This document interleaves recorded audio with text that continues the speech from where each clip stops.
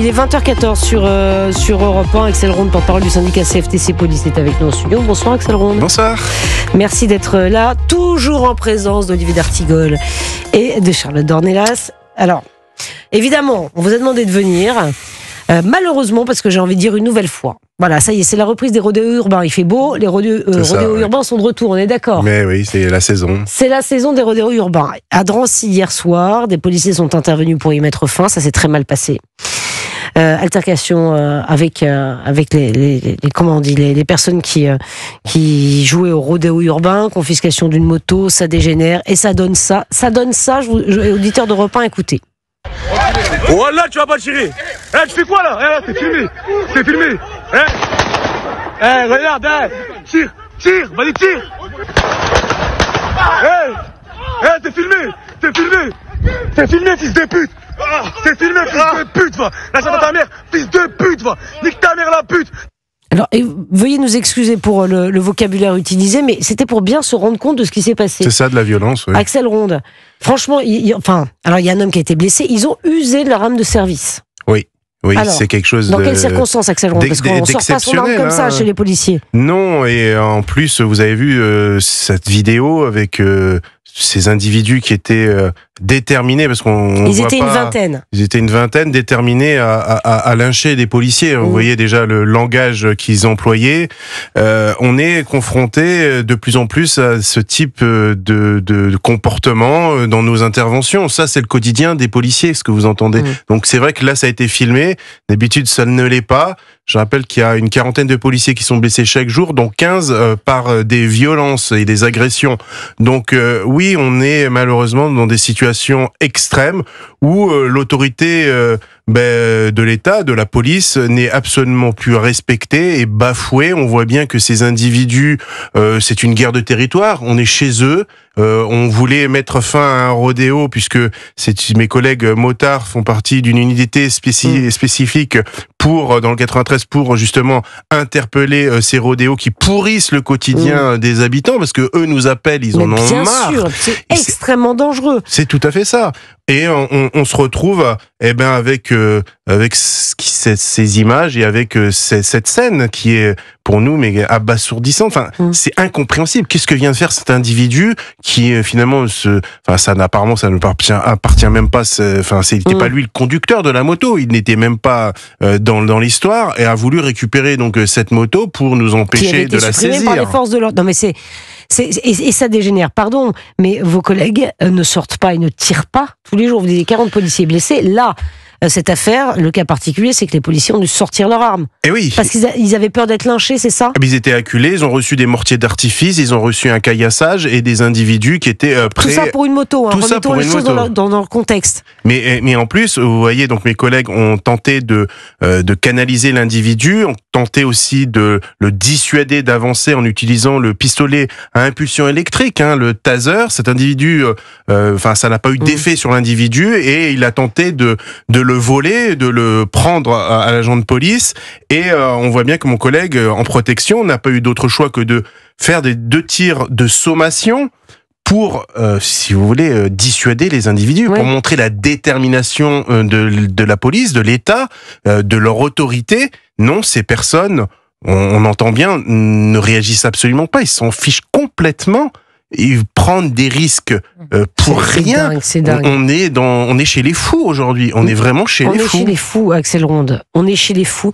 Est-ce que c'est vrai qu'il y a certaines zones, en Seine-Saint-Denis, parce que là c'est en Seine-Saint-Denis, il y en a d'autres, où vos collègues ne peuvent plus intervenir? En tous les cas, on intervient en masse, en nombre, parce que effectivement, on est pris à partie, comme vous avez pu le voir. Mais est-ce qu'il y a des zones où les policiers ne pourraient pas les pieds? ne pourrait pas venir à deux motards, oui, effectivement, ça serait extrêmement compliqué. Il faut venir avec plusieurs fonctionnaires de police, avec un matériel adapté de maintien de l'ordre, des grenades de désencerclement, des grenades lacrymogènes, des LBD. Oui, on ne peut pas intervenir dans certaines zones comme cela. Ce n'est pas possible. D'ailleurs, vous voyez, mes deux collègues ont été tout de suite pris dans une émeute, finalement. Ils ont tout de suite failli être lynchés. Et on voit bien que donc mon collègue a été obligé de tirer. Mais oui, mais même avec ça, pardon, votre collègue sort son arme tirent et ça ne les intimide même pas. Non, et au contraire, on voit bien ça les galvanise. Un des protagonistes continue à dire continue, tire. Mais on est, je vous dis, on est. C'est quoi ça? Ben c'est le Far West. C'est. Non mais ils ont même pas, peur quand les policiers tirent. Mais on marche sur la tête. Olivier d'Artigol. Oui, la personne qui a filmé avec ce vocabulaire très très riche apporte un message de soutien à vos collègues qu'on exprime aussi, parce que la vidéo est affligeante pour donc ces individus. Il y a eu 3, je pense, interpellations. Tout à fait, oui. D'abord, il y a un refus d'obtempérer. Normalement, quand un policier vous demande de vous arrêter, vous répondez positivement. Il ne faut pas d'acte de rébellion ou de non-respect de l'autorité des forces de l'ordre. Et puis après, c'est une séquence totalement affolante où on voit en effet un individu voulant se saisir du taser de votre collègue. Le policier, parce que ce sont des grands professionnels, pour ne pas être vraiment dans une situation où son intégrité physique serait menacée, fait des tirs de sommation.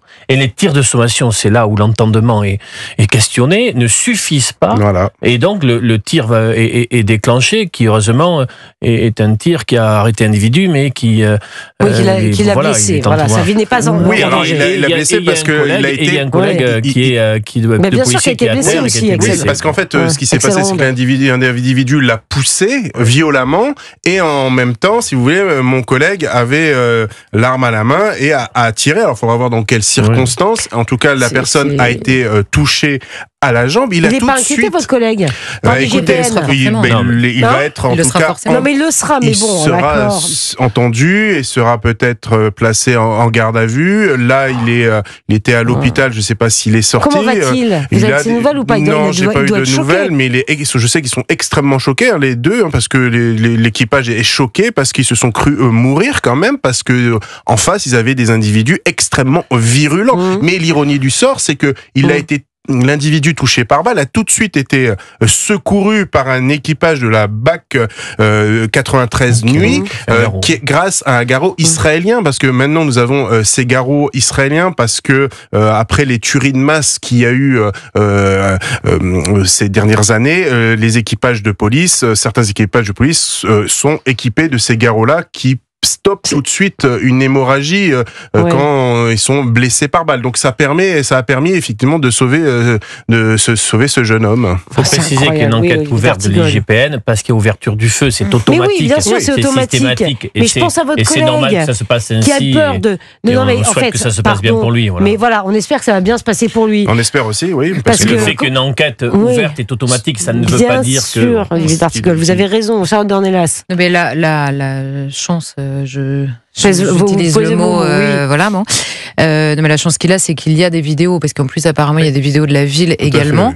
Parce que la même histoire sans la vidéo, on n'aurait pas la même discussion ce soir. Oui, bien sûr, mais c'est vrai, certain. C'est pas le même récit qui s'installe. Et par ailleurs, avec la vidéo, vous voyez le récit qui s'est installé chez certains. Certains accusent encore la politique de maintien de l'ordre. Les violences policières ont été évoquées par certains. Et je note que beaucoup de nos confrères, ce matin, titraient simplement un jeune visé par des tirs de police, comme si ça résumait la situation correctement. Et comme si dans l'imaginaire, quand vous lisez un titre comme ça, vous aviez la scène dont on parle depuis quelques minutes. Donc l'inversion accusatoire et surtout la suspicion qui pèse a priori sur les forces de l'ordre est désormais systématique. Et moi, ça m'a vraiment frappé ce matin, parce qu'avec la vidéo, quand même compliqué de maintenir ce récit, et ben certains y arrivent sans aucun problème. Donc moi, je comprends que à l'angoisse, franchement, parce que c'est-à-dire qu'on s'est un peu habitué à ce genre d'histoire, malheureusement, comme vous le disiez tout à l'heure. Il ne faut jamais s'y habituer, c'est pour ça qu'on continue de le dénoncer. Je suis d'accord avec vous. C'est-à-dire que si on s'arrête... Il y a beaucoup de choses qui deviennent courantes. Non, mais si on s'arrête 4 secondes, il y a quand même des policiers qui vont là sur une situation où en effet le rodéo urbain dans certains quartiers, on sait que ça peut dégénérer, donc j'imagine qu'ils le savent évidemment bien mieux que nous. Et ça pourrit la vie des habitants. Ça pourrit la vie des habitants, bien sûr. Deuxièmement, là, mais justement, quand on voit la situation et là, on se rend compte de la vidéo, on se dit mais c'est du délire. Alors vous disiez tout à l'heure tout ça pour une moto, c'est évidemment plus qu'une moto. C'est-à-dire que c'est comme les émeutes le soir dans certains quartiers, c'est n'importe quel prétexte, c'est un tel a été arrêté, c'est une moto qui a été saisie, c'est un vélo qui a été retiré, ça peut être n'importe quel prétexte. C'est simplement, en effet, ce que vous disiez tout à l'heure, les policiers sont chez eux. Voilà, et ça c'est insupportable. Et la troisième chose, et vous le disiez, c'est que En effet, il y a des réactions qui sont encore indignées aujourd'hui contre les forces de l'ordre, puisqu'il y en a eu aujourd'hui. Simplement, je note qu'il y a quelques jours, il y a 2 jeunes qui sont morts dans des rodéos urbains. Leurs véhicules se sont percutés. C'était à côté de Nantes. Les 2 jeunes sont morts. On n'a entendu personne s'indigner. Donc la mort des jeunes, ça dépend. Il faut qu'il y ait un policier qui soit impliqué pour que ça fasse réagir. C'est la première chose. Et on se souvient évidemment tous de la petite Camilia, 7 ans, qui est morte, percutée précisément par un jeune qui était sur sa moto en train de faire du rodéo. Ouais, tout seul, c'est ça. Donc c'est pas simplement parce qu'on a entendu aujourd'hui, oui, c'est un jeune homme adorable, fantastique, personne n'avait eu de problème avec lui. En l'occurrence, là, il y avait un problème avec lui, un problème grave. Et vous l'avez parfaitement exposé. C'est-à-dire que quand il y a un tir de sommation, n'importe quelle personne normale s'arrête immédiatement parce qu'elle a peur. Ça les galvanise. C'est ce phénomène-là qui questionne notre société, parce que pourquoi dans des nouvelles formes de délinquance qui peut nourrir des formes de criminalité nouvelles, on voit bien ce que des spécialistes de ces questions-là écrivent beaucoup en ce moment. Ils sont prêts à tout. Il n'y a plus de barrières, plus de frontières. Plus de filtres. Et donc, ce qui était avant le schéma normal pour le maintien de l'ordre public se trouve en difficulté par des comportements qu'on ne connaissait pas il y a encore quelques années. Tout à fait. C'est-à-dire qu'il n'y a plus de limite. Normalement, un refus d'obtempérer qui tourne mal, ça peut donner un début de rébellion, mais tout le monde se calme, etc. Là, il y a véritablement un individu qui essaie de se saisir des armements des fonctionnaires de police. Il n'était même pas auteur du rodéo urbain, puisque l'individu a pris la fuite. Donc, on ne comprend même pas pourquoi il a... pour faire le malin avec son portable. Donc, c'est vrai que pour nos forces de l'ordre, ça pose de vrais problèmes, et pour le métier de policier, avec certainement des crises de vocation, avec beaucoup de vos collègues qui se disent la peur au ventre le matin, comment va se passer ma journée, et avec, heureusement, je trouve une hiérarchie, là en l'occurrence avec le préfet de police Nunez, qui défend très fortement ses équipes, bien sûr. Bien sûr. Et par ailleurs, il y a un vrai risque qui est en cours, on va dire, si la réponse là n'est pas extrêmement ferme, c'est également ces jeunes-là qui sont mis en danger et tous les plus jeunes qui les regardent avec admiration. Parce que ce rapport de domination, on va dire, sur la police, sur un territoire donné, c'est un mode de fonctionnement qui est transmis évidemment de génération aux plus jeunes qui regardent ça avec admiration et qui n'ont qu'une hâte, c'est de le reproduire. Et donc quand on voit parfois dans ces affaires qui se finissent parfois dramatiquement et encore plus dramatiquement que cette fois-ci, on voit en effet des gamins qui ont été interpellés 1 fois, 2 fois, 17 fois. Et ça se finit mal parce que personne ne leur a mis un stop. Donc ceux qui nous expliquent que vouloir être ferme, c'est atroce, c'est pas s'adapter, ils encouragent clairement une mise en danger de ces jeunes-là eux-mêmes. En fait. Et je voudrais réagir à l'intervention de Clémentine Autain qui dit c'est un fait de société, en effet, c'est un fait de société, je vais dire pourquoi, qui questionne le rapport entre police et population, et elle dit notamment dans les quartiers populaires. Bien sûr qu'il faut travailler cette question du rapport police-population dans les quartiers populaires, c'est inscrit un Beauvau de la sécurité, mais à condition que, face à une telle actualité, le soutien aux forces de l'ordre soit immédiat et réel, car sinon, on ne peut pas ouvrir une discussion si on laisse planer le doute face à une telle scène de qui a la responsabilité de ce qui s'est passé. C'est pour ça que nous, on demande une présomption de légitime défense quand on intervient, quand on utilise nos armes. Voilà, c'est justement pour construire justement ce dialogue après apaisé, parce que on sait très bien que ce que veulent certaines personnes, c'est critiquer l'action de la police en permanence. Ils veulent désarmer la police, ils veulent finalement qu'on laisse les quartiers aux mains de la mafia, aux mains de certains trafiquants. C'est ça qu'ils souhaitent. On le voit bien que notre action, elle dérange. On voit bien que avec toutes ces opérations qu'on met en place dans ces zones, qu'on essaye de récupérer et que les habitants puissent vivre en sécurité. Il y a des zones que vous essayez de récupérer, c'est-à-dire, Axel Ronde. Mais bien évidemment, vous avez des territoires où c'est extrêmement compliqué d'intervenir, où on sait très bien qu'il y a du trafic de drogue et des gens qui finalement règnent en maître. Vous voyez bien tous ces règlements de compte, tous ces tirs d'armes automatiques qu'il y a dans notre pays. On en parle souvent, régulièrement dans vos médias. Donc ça devient extrêmement inquiétant. Et tout ça est lié, parce qu'on nous a dit pourquoi finalement la moto, on l'a pas laissé partir et les policiers devraient dû prendre la fuite, en gros, vous voyez, abandonner un territoire, abandonner finalement l'honneur, et aussi les fonctions de la police, c'est finalement abandonner la République, c'est abandonner l'autre. Il faut se rappeler que l'amorce de la loi sur le narcotrafic vient d'une commission d'enquête sénatoriale où 2 magistrats marseillais avaient interpellé les sénateurs en disant attention, c'est une guerre et nous sommes en train de la perdre. Ils avaient été d'ailleurs après rappelés à l'ordre, alors que dans une audition, vous devez dire la vérité et toute la vérité. Et donc, il y a bien évidemment cette question-là. Regardez ce qui s'est passé avec des aides mafias concernant les attaques des prisons. On a davantage d'éléments là ce week-end. C'est quand même édifiant. Oui, édifiant. Le profil, effectivement, édifiant.